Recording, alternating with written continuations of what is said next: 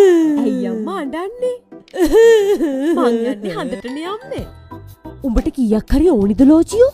මගදි වඩේ ගෙඩියක් කාලා තේ එකක් එහෙම බොන්න. අයියෝ.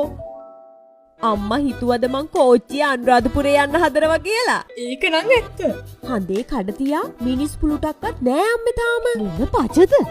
මං දැක්ක Facebook එකේ දාලා තියෙනවා මාතරබත් කඩේ බ්‍රාන්ච් එකක් හඳෙත් දාලා තියෙනවා කියලා. අනේ අම්මේ ඒවා ජෝක් එකට කියන ඒවානේ. ලංකාවේ ගොඩක් ටවුන් වල මාතරබත් කඩේ තියෙනවනේ.